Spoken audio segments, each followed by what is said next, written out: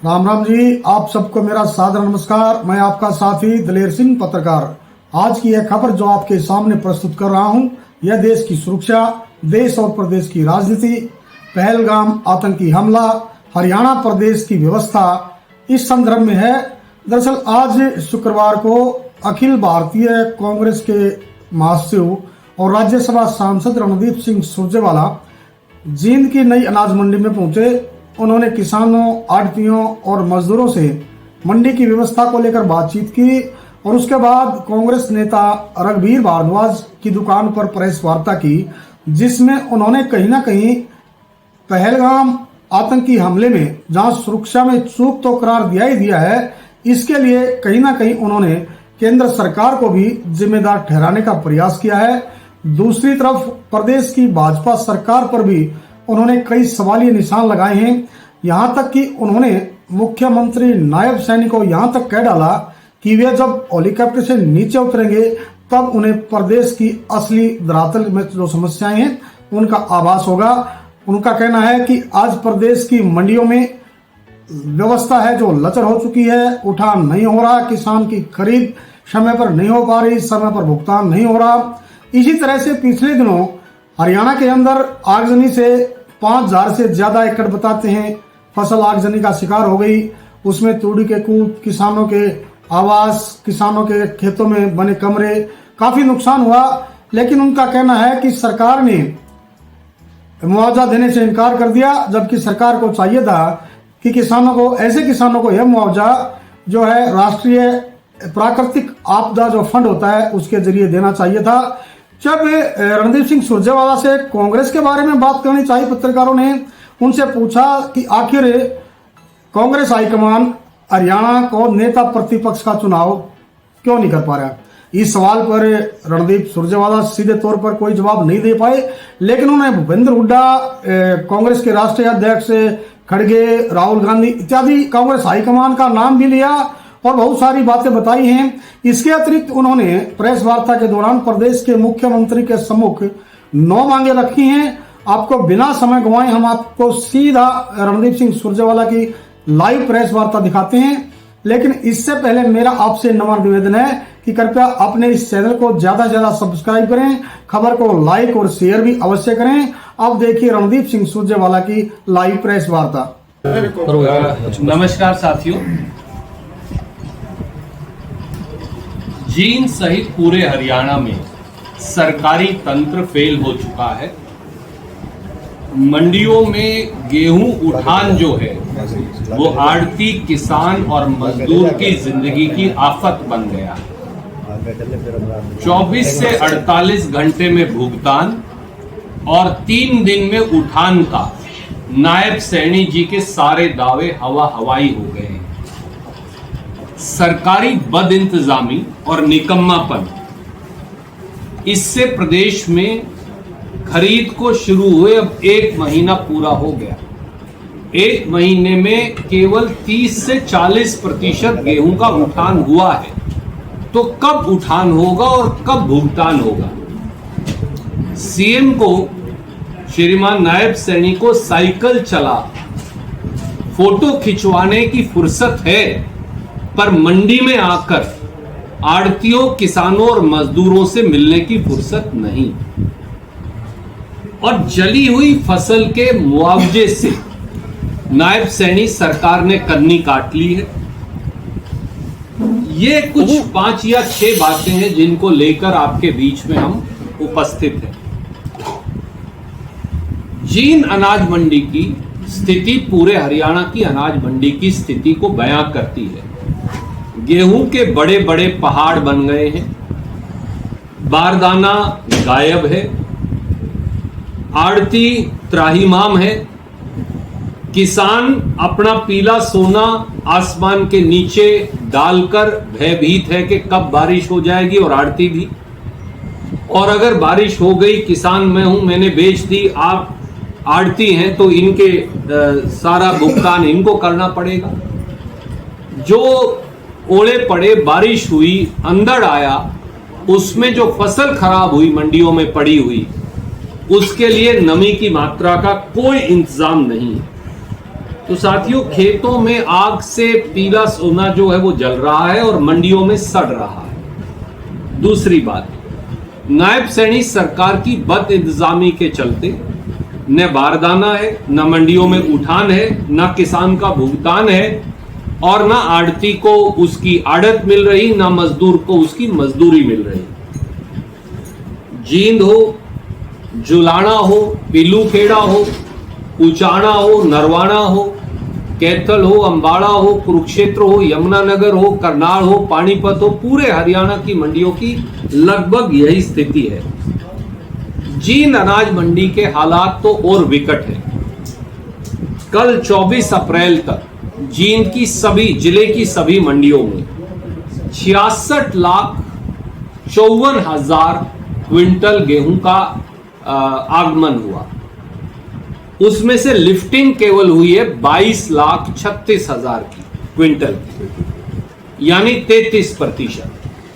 अगर यही हालात चलते रहे तो जींद की मंडियों को खाली करने में 1 महीने से 2 महीने का समय और लगेगा। जो फसल का नुकसान होगा, जो फसल नष्ट होगी, बारिश हो गई तो फसल का नुकसान होगा, मंडी में भराई नहीं होगी, उठाई नहीं होगी, इससे नुकसान होगा। जुलाना में तो जो कांटे वाले हैं उनकी सरकारी एजेंसियों से मिलीभगत पाई गई, हो सकता है जींद में भी वो हो, तो वो क्या करेंगे? और आखिर में ये सारी, जिसको हम बोलते हैं कि घटती हो गई, ये सारी आड़तियों के पल्ले पड़ने वाली है और इनका जो कमीशन मिलना है, जो 2.5% से भी काट दिया है, वो उससे ज्यादा राशि की देनदारी उनकी जेब से कटने वाली है। मंडी मजदूरों के हालात और खराब है। ये सारे हमारे भाई SC BC समाज से, जब तक मंडी से 60-70 हजार 80 हजार कट्टे नहीं उठते, उनका सीजन की गेहूं और मजदूरी उनको नहीं मिल पाती। अगर मंडी में उठेंगे ही 10,000 या 15,000 कट्टे, तो मजदूर क्या खाएगा, क्या कमाएगा? जींद जिले की, कैथल जिले की दोनों मजदूर यूनियन मुझे मिली थी। उन्होंने कहा कि आज उनकी जो हालात है वो ये है कि उनके पास मजदूरी का पैसा भी नहीं, और अगर यही हालात रहे और उठान नहीं हुआ तो उन्हें जाना पड़ेगा सब कुछ छोड़कर। जब तक गेहूं का उठान होकर वो गोदाम तक नहीं पहुंच जाती, तब तक किसान को भुगतान नहीं होता। नायब सैनी जी हर रोज डींगे भर देते हैं कि 24 से 48 घंटे में उन्होंने भुगतान कर दिया है।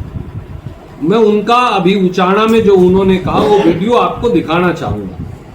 खरीद का भुगतान भी हमने 48 घंटे में सुनिश्चित किया है कि जब एग्जिस्टिंग गेट पास कट जाता है तो मात्र 48 घंटे के अंदर सीधा डायरेक्ट किसान के खाते में पैसा पहुंचाने का काम ये हमारी सरकार कर रही है।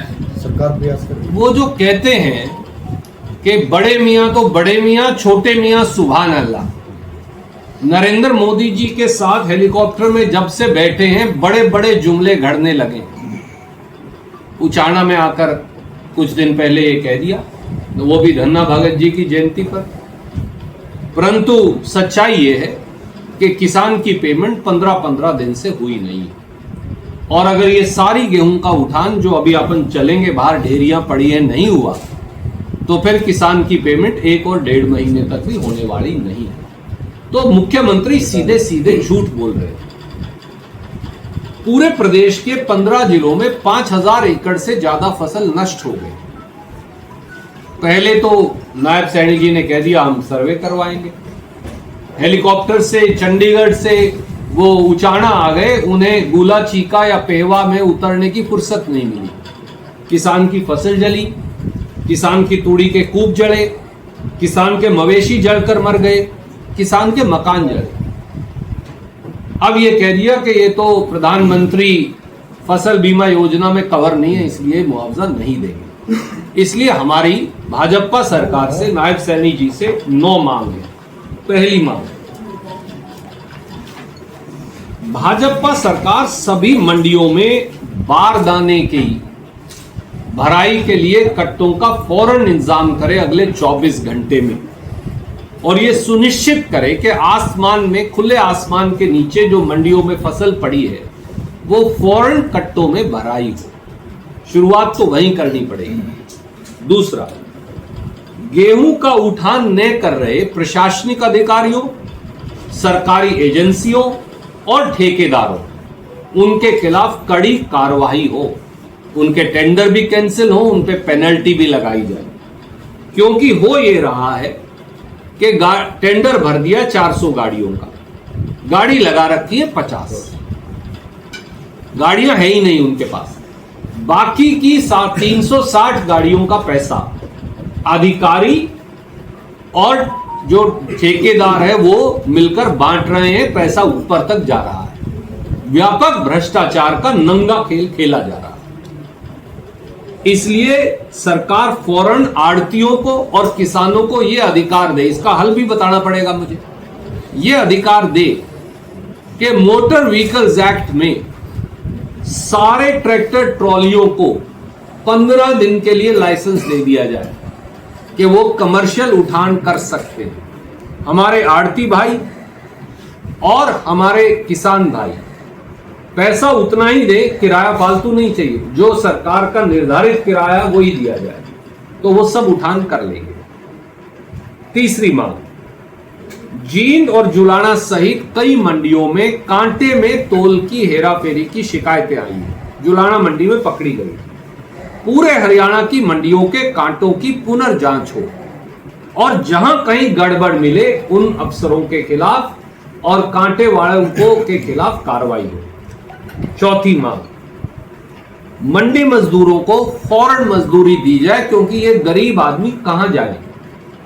पांचवी बात, जिस किसान की फसल तुल चुकी है, जिस किसान की फसल खरीदी जा चुकी है, उसको आज भुगतान हो, उसका गोदाम में ले जाकर उठान होने तक इंतजार उसे ना करना पड़े, ताकि वो अगली फसल की तैयारी करे, जो लेन देन है उसका इंतजाम करे।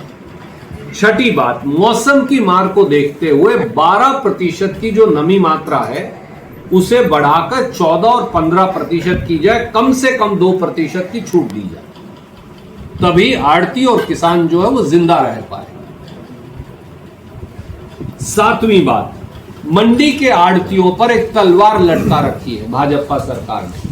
वो तलवार है घटती की तलवार। जिस दिन ये सारी फसल चली जाएगी और ये गोदाम में लग जाएगी, जो तोल हुआ है और जो गोदाम के अंदर वजन पहुंचेगा उसके बीच का जो डिफरेंस आएगा वो आड़ती को देना है। मैं ये पूछता हूं आपसे, नायब सैनी जी, आपके माध्यम से मैं पूछता हूं उनसे, 1.5 महीना तो फसल आप उठान ना करो, कुछ फसल खराब हो गई, कुछ रुड़ गई, कहीं कोई डंगर खा गया, कहीं कोई अंधड़ में खराब होगी, कोई बारिश में खराब होगी, कई जगह जाम गई बारिश की वजह से, आड़ती उसका पैसा क्यों भरेगी? सरकार वो जिम्मेवारी ले और पूरे हरियाणा के आड़तियों पे से घटती की तलवार को हटाए।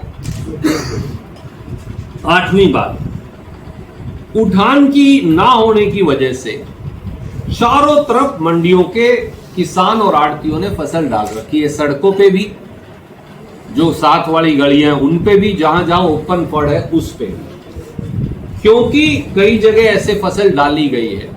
तो अब मंडी के आड़तियों के लाइसेंस सस्पेंड किए जा रहे हैं या बर्खास्त किए जा रहे हैं। उनका क्या कसूर है? वो सिर पे रखे, कहां रखे? सरकार उठान नहीं कर रही, सरकार भुगतान नहीं कर रही, सरकार स्टोरेज की व्यवस्था नहीं कर रही, तो कहीं तो डालेंगे। अगर किसी ने शेलर में ले जाके डाल दिया तो उसकी तो मरी होगी, शेलर वाले का लाइसेंस भी चला गया, आड़ती का भी लाइसेंस चला गया। ये सारे लाइसेंस जो सस्पेंड या बर्खास्त हुए हैं हरियाणा में सैकड़ों की संख्या में है, ये बहाल किए गए। और 9वीं और आखिरी बात, गेहूं की जली हुई फसल, तूड़ी के कूप जो जल गए हैं, मवेशी जो मर गए और मकान जो जल गए हैं, इनका मुआवजा अगर नायब सैनी जी को नहीं पता तो मैं बता देता हूं, ये पीएम फसल बीमा योजना से नहीं दिया जाएगा। ये 2 फंड्स हैं हमारे पास, एक को बोलते हैं नेशनल डिजास्टर रिलीफ फंड, राष्ट्रीय प्राकृतिक आपदा फंड, दूसरा है प्रांतीय प्राकृतिक आपदा फंड। ये प्राकृतिक आपदा है, कई जगह बिजली की तारों से जड़ी है, तो आप ये पैसा मुआवजा वहां से दें, 40,000 रुपया प्रति एकड़ खेत का और तूड़ी का, इसके साथ साथ 2 लाख रुपया मवेशी के मरने का, और मकान के जो जड़ा है उसका आकलन करके जो मुआवजा बनता है वो दिया जाए। हमारी मांग है कि श्रीमान नायब सैनी जी हेलीकॉप्टर से नीचे उतरें और हेलीकॉप्टर से नीचे उतरकर किसी मंडी में जाएं। कैसा हुक्मरान है जो 1 महीने से किसी मंडी में ही नहीं गया? उनको पंजाब में जाकर जलसा करने की फुर्सत है, उन्हें साइकिल चलाकर फोटो खिंचवाने की फुर्सत है जींद में, पर जींद की मंडी में आने की फुर्सत नहीं। ये क्यों? तो मुख्यमंत्री का जो राजधर्म और जिम्मेवारी है उसे निभाएं और मुआवजा दें। कोई भी प्रश्न आप पूछना चाहें तो स्वागत है। भाजपा सरकार जो इन दिनों नशे के खिलाफ ये यात्रा निकाल रही है, उससे आप धरातल पर कितना कारगर मानते हैं? ये क्या है? वैसे तो आदरणीय साथी आज मंडी में बदइंजामी का विषय था, पर मैं आपके सवाल का जवाब दे देता हूं। सच बात यह है कि उड़ता हरियाणा बन गया है बीजेपी के शासन में हरियाणा पिछले 11 साल, और अब ये कहते हैं माँ बाप ड्रग्स से बेटा बेटी बचाओ। 2022 में हरियाणा में 22,000 किलोग्राम ड्रग्स पकड़ा गया। 2023 में भी 23,000 किलोग्राम ड्रग्स पकड़े गए। इतना ड्रग्स कैसे आने लग रहा है? साइकिल से अवेयरनेस हो सकती है, पर क्या मुख्यमंत्री केवल साइकिल चलाएगा और ड्रग्स नहीं पकड़ेगा तो फिर ड्रग्स रुक जाएंगे क्या? अगर आपको मैं बताऊं, हरियाणा में ये सर्वे कहने लग रहा है ट्रेमाडोल, ब्यूप्रेनोर्फिन और कोडीन, ये गोलियां बहुत बड़ी संख्या के अंदर बिक रही हैं।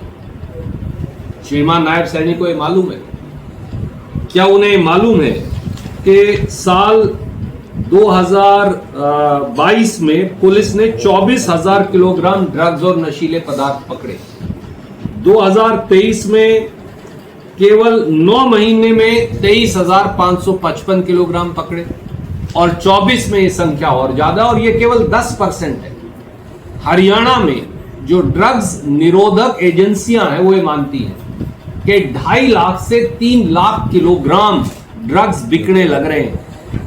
हमारे बच्चों को नशे में धकेला जा रहा है और मुख्यमंत्री साइकिल चलाकर अपनी जिम्मेवारी से पीछा छुड़वा रहे हैं। एमपी साहब, मुख्यमंत्री ने यह भी कहा है कि नशीला जो नशा का कारोबार है उससे जो आमदनी होती है उसी से आतंकवाद का पोषण हो रहा है। तो माफ कीजिए, 11 साल से दिल्ली में आपकी सरकार है, हरियाणा में आपकी सरकार है, पंडित जवाहरलाल नेहरू जिम्मेवार हैं क्या? आप तो आतंकवाद का पोषण अगर हो रहा है तो जिम्मेवार कौन है? नरेंद्र मोदी जी, अमित शाह और नायब सैनी, और कौन जिम्मेवार है? अखबार को बयान देने से ड्रग्स रुक जाएंगे क्या? ये सब ने देखा, अडानी के पोर्ट से ही गुजरात से सबसे ज्यादा ड्रग्स आ रहा है। गुजरात के बच्चों का भविष्य भी खतरे में है, हमारे युवाओं का गुजरात के, और उनके पोर्ट से ही 3 बार ड्रग्स पकड़ लिए।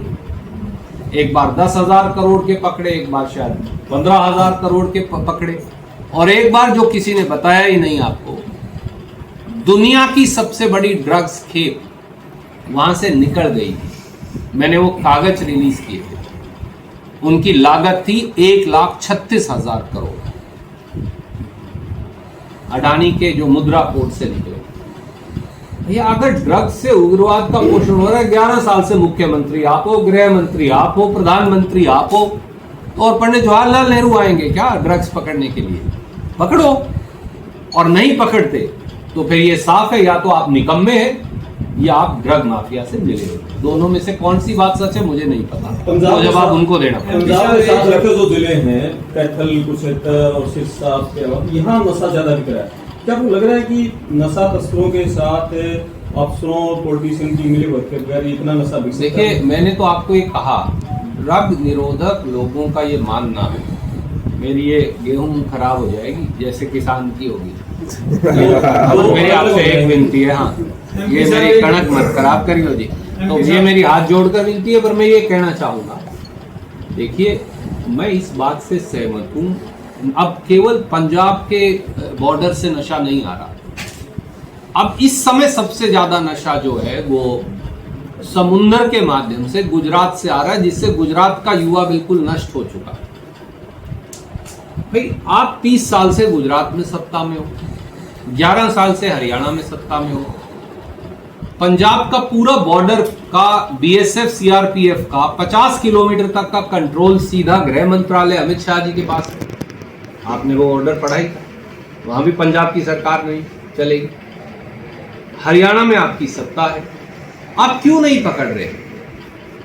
क्या ये संभव है कि सरकार की नाक के नीचे अरबों करोड़ों रुपए के ड्रग्स माफिया हमारे बच्चों के भविष्य को नष्ट कर सकते हैं? ये मैं, आप सजग पत्रकार हैं, आपके विवेक पर छोड़ता हूं। तो एमपी साहब एक छोटी बात का जवाब दें आप। ये तो चलो नशे की बात होगी, आप जैसे अभी आए हैं मंडी के अंदर, तो ना तो जो चुनिंदा सरकार जो हमने चुन रखी ना तो वो आती है। आप जब विपक्ष में बैठे हैं आपकी वेट करते रहे, जो आपने उम्मीदवार बनाया था ना तो वो कभी फील्ड में दिखाई देते हैं ना मंडी में दिखाई देते हैं। क्या आपकी वेट करते रहे कोई नेता तो मंडी में आके भी नहीं देखता? ये ऐसा है, कांग्रेस के साथ ही हो सकता है कहीं कोई ना जा पाया हो, मैं नहीं हर आदमी के लिए कहता, पर कांग्रेस के साथी जरूर, और सहयोग से भारद्वाज साहब तो खुद मंडी में ही बैठे हैं, ये तो जा ही नहीं सकते, इन्हें तो सवेरे आना ही है। तो ये जरूरी नहीं कि सब साथी सब जगह पहुंच सके। एक एक मेरे ख्याल से 10 मंडियों में तो मैं खुद जा चुका हूं। आप मुझे कह सकते हैं तू 150 मंडियों में क्यों नहीं गया? शायद संभव नहीं, फिर भी जाने लगे जहां जहां जा सकते हैं। हमारा काम है सरकार को सजग करना, हमारा काम है सरकार के कान में जो रुई पड़ी है उसे निकालकर लोगों की समस्याओं को उजागर करना। हमारा काम है जो लोगों को विचलित कर रही है बात, उस बात को उठाकर कुछ पत्रकारों की मदद लेकर, कुछ आंदोलन की मदद लेकर उस बात को और ज्यादा प्रखर तरीके से रखना। हम ये कोशिश करते रहेंगे। कहीं कोई कमी आपको लगे हमारे एफर्ट में, आप हमारी आलोचना भी कर सकते हैं, हम स्वागत करेंगे, और आप हमारी कमी भी बता सकते हैं और ज्यादा कोशिश करेंगे कहीं कोई कमी रही है। एमपी साहब पार्टी से जुड़ा एक सवाल है बस, कांग्रेस पार्टी क्या अड़चन आ रही है? अभी तक नेता प्रतिपक्ष नहीं दे पा रही। सर मैं तो कार्यकर्ता हूँ, ना मैं पदाधिकारी हूँ, ना आप हाईकमान हैं कांग्रेस के, राष्ट्रीय कार्यकारिणी, राष्ट्रीय महासचिव हैं, अड़चन क्या आ रही है? जैसे आप तेज धार वाले पत्रकार हैं, मैं तो एक छोटा सा अदना सा कार्यकर्ता हूँ, ये मेरे अधिकार क्षेत्र में नहीं। आप मुझे ये पूछ सकते हैं कि कर्नाटक में नियुक्तियां क्यों नहीं हुई, तो मैं आपको बताऊंगा 100% नियुक्तियां 30 दिन में कर दी गई। जिस तरह की प्रदेश में चर्चाएं भूपेंद्र सिंह हुड्डा, रणदीप सिंह सुरजेवाला, कुमारी शैलजा, इनकी आपस में नहीं बन पा रही, इसलिए नेता प्रतिपक्ष। ये बात सही नहीं। देखिए ये दुष्प्रचार पहले भी किया गया था, कभी कभी वैचारिक मतभेद हो सकते हैं, वो राजनीति में स्वाभाविक भी है। मैं और प्रधान जी यहाँ बैठे हैं, मैं और भारद्वाज साहब यहाँ बैठे हैं, मैं और चेयरमैन साहब यहाँ बैठे हैं, मैं और मलिक साहब यहाँ बैठे हैं, मैं और राजकुमार जी यहाँ बैठे हैं। हो सकता है हम हर बात पे सहमत ना हो, पर परिवार में माँ बाप भी, पति पत्नी भी, बेटा और पिता भी, बेटिया और पिता भी कई बार नहीं सहमत होते हर बात। ये तो 12 साल से चल रहे हैं सर वैचारिक मतभेद। हमारा कोई मनभेद नहीं। रणदीप जी सवाल तो फिर भी रह गया, अड़चन बताइए। कोई मनभेद नहीं। नहीं ये कब तक चलेंगे सर वैचारिक मतभेद? 12 साल हो गए। मन मुटाव तो चलता अड़चन- रहता है, लेकिन ब्याह बहना मतलब इकट्ठे हो जाए उसका सिस्टम भी तो देखो ऐसा है, मैं आपको फिर ये कह रहा हूँ पुरजोर तरीके से, बात मानना ना मानना तो आपकी मर्जी है, मैं उसमें जबरदस्ती नहीं कर सकता, ना मैं करूँ कभी भी, क्योंकि आप पत्रकार के साथ साथ हम एक जिले के बाशिंदे भी हैं, कि हमारा ना कोई मनभेद है, ना कोई इस प्रकार की जमीन बंटने वाला मतभेद है। हम सबका काम है अलग अलग तरीके से और कभी कभी इकट्ठे होकर, राहुल गांधी जी, खड़गे जी के नेतृत्व में हम सब इकट्ठे हैं और हम कोशिश करते रहेंगे, अपनी लड़ाई लड़ते रहेंगे। तो सुरजेवाला जी, क्या नेतृत्व में निर्णय क्षमता की कमी है जो संगठन का गठन भी नहीं कर पा रहे नेता प्रतिपक्ष? देखिए मैं ये नहीं मानता। मैं ये मानता हूं कि नए प्रभारी आए हैं बीके हरिप्रसाद जी। बीके हरिप्रसाद जी एक तजर्बेकार व्यक्ति हैं। उन्होंने पहले भी हरियाणा के प्रभारी रहे हैं, उन्हें काफ़ी जानकारी भी है, हरियाणा को जानते भी हैं। और मैं उन्हें व्यक्तिगत तौर से पिछले 2 दशकों से जानता हूं, क्योंकि वो भी युवा कांग्रेस से निकले हैं, मैं भी युवा कांग्रेस से निकला हूं। तो मुझे लगता है कि अब वो आए हैं, एक दिन में तो कोई व्यक्ति निर्णय नहीं कर सकता। अब उन्होंने संज्ञान लिया है, मुझे लगता है कि वो निर्णय करेंगे। अहम बात क्या है कि पिछले दिनों 1-2 दिन पहले ही राहुल वाड्रा जी ने पहलगाम के संदर्भ में बयान दिया कि देश के अंदर जो नफरती एनवायरनमेंट बना हुआ है वो कहीं ना कहीं बेस बना है इस घटना का। आदरणीय मित्र, मैं एक बात कहना चाहूँगा। कांग्रेस पार्टी ने बाकायदा कांग्रेस की कार्य समिति कल बैठी और हमने स्पष्ट प्रस्ताव पारित किया, जिसमें हमने 3 बातें की। नंबर 1, आतंकवाद का सर कुचलना चाहिए और जो कदम सरकार उठाएगी हम सब इकट्ठे हैं। कोई कांग्रेस, भाजपा, सीपीआई, सीपीएम, ये वो कोई राजनीतिक दल का विरोधाभास इसमें नहीं चलेगा। आतंकवाद से जो लड़ाई लड़नी हम सब इकट्ठे हैं। कांग्रेस पार्टी ने आतंकवाद के सर को कुचलने के लिए इंदिरा गांधी जी की बलि दी, कुर्बानी दी। राजीव गांधी जी ने अपने शरीर के कितने टुकड़े करवाए ताकि देश इकट्ठा रहे। सरदार बेन सिंह के टुकड़ों को हमने चुन चुन कर इकट्ठा किया ताकि पंजाब देश से अलग ना हो जाए। विद्याचरण शुक्ला जी और नंद कुमार पटेल जी दोनों को 150 गोलियां सीने पर लगी, पर छत्तीसगढ़ से आतंकवाद का सफाया हमने किया। तो हजारों कुर्बानियां अगर किसी एक राजनीतिक दल ने दी है तो वो कांग्रेस है, आतंकवाद से लड़ने के लिए, नक्सलवाद से लड़ने के लिए। इसलिए हम सब इकट्ठे हैं। दूसरी बात, सुरक्षा चूक तो हुई है, कल सरकार ने भी मान लिया,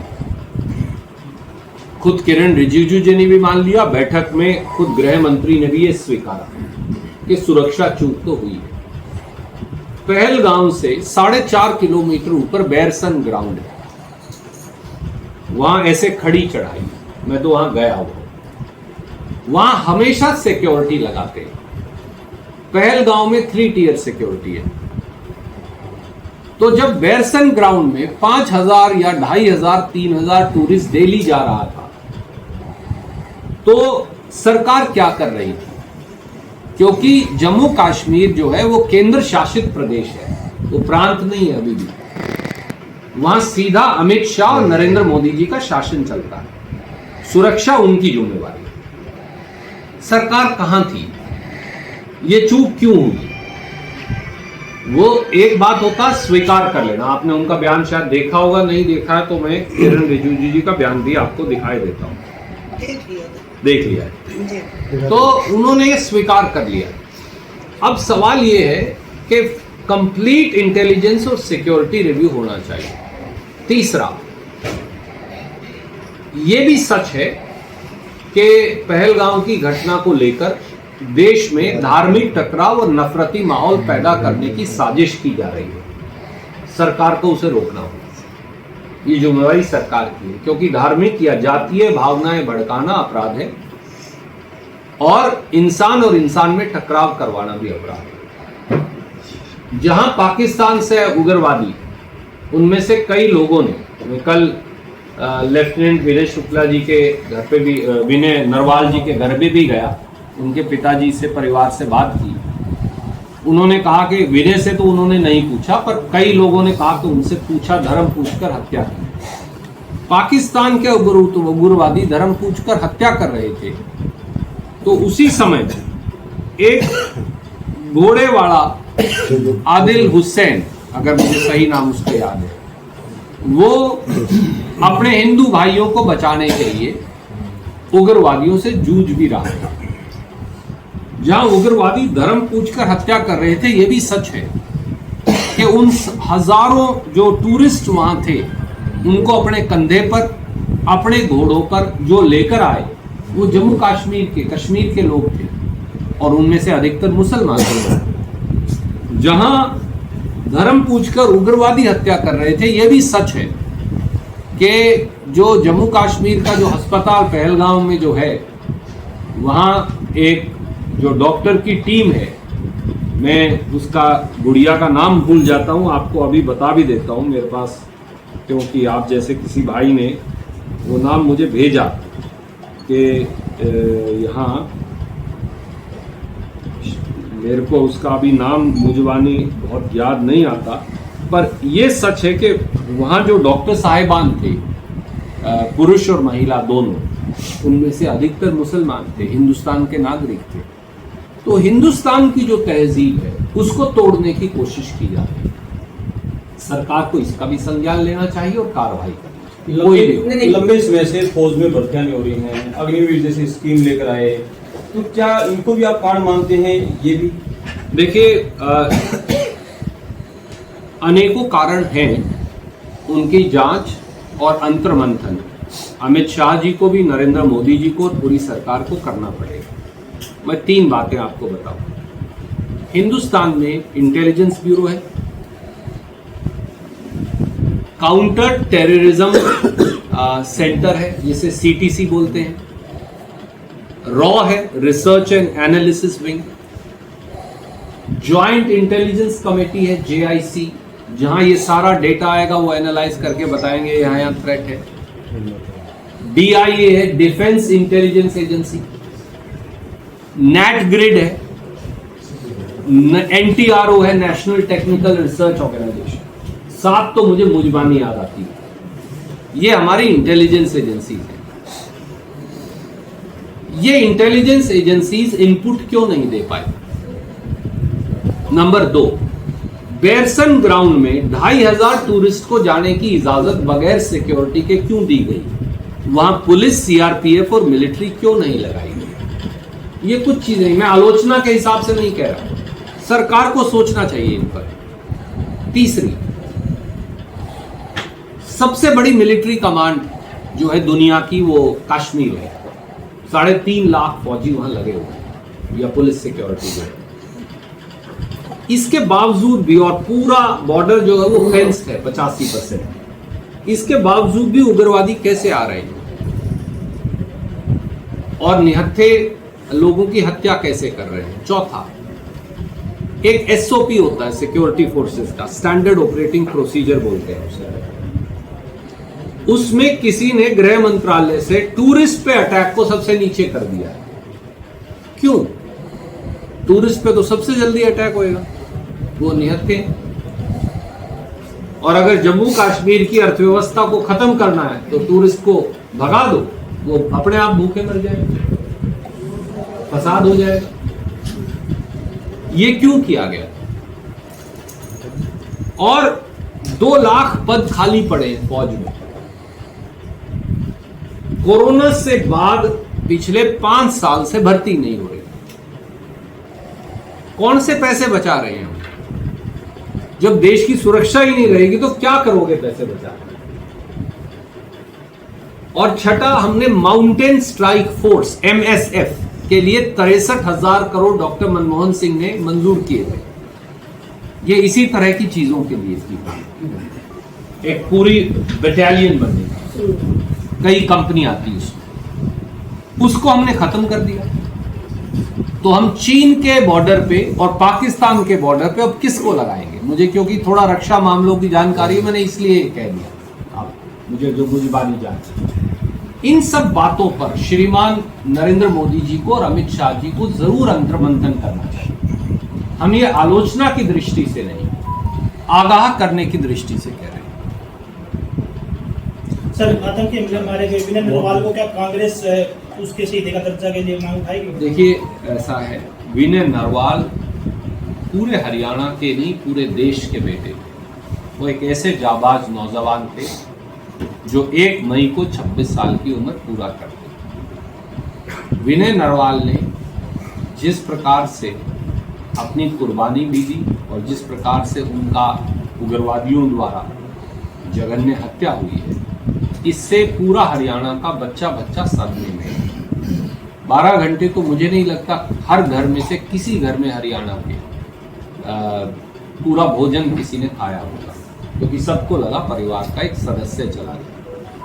मुझे ये विश्वास है कि उनको जो सम्मान मिलना चाहिए क्योंकि इस पे राजनीति नहीं हो सकती, मेरा ये मानना है। बीजेपी के लोग 100 बार करें, हम नहीं करेंगे। उनको जो सम्मान मिलना चाहिए मुख्यमंत्री को और उनकी सरकार को, बाकायदा इस पर चिंतन कर वो सारा सम्मान उन्हें देना चाहिए। कांग्रेस पार्टी जो भी सम्मान देंगे उचित से उचित हम उसका समर्थन करें।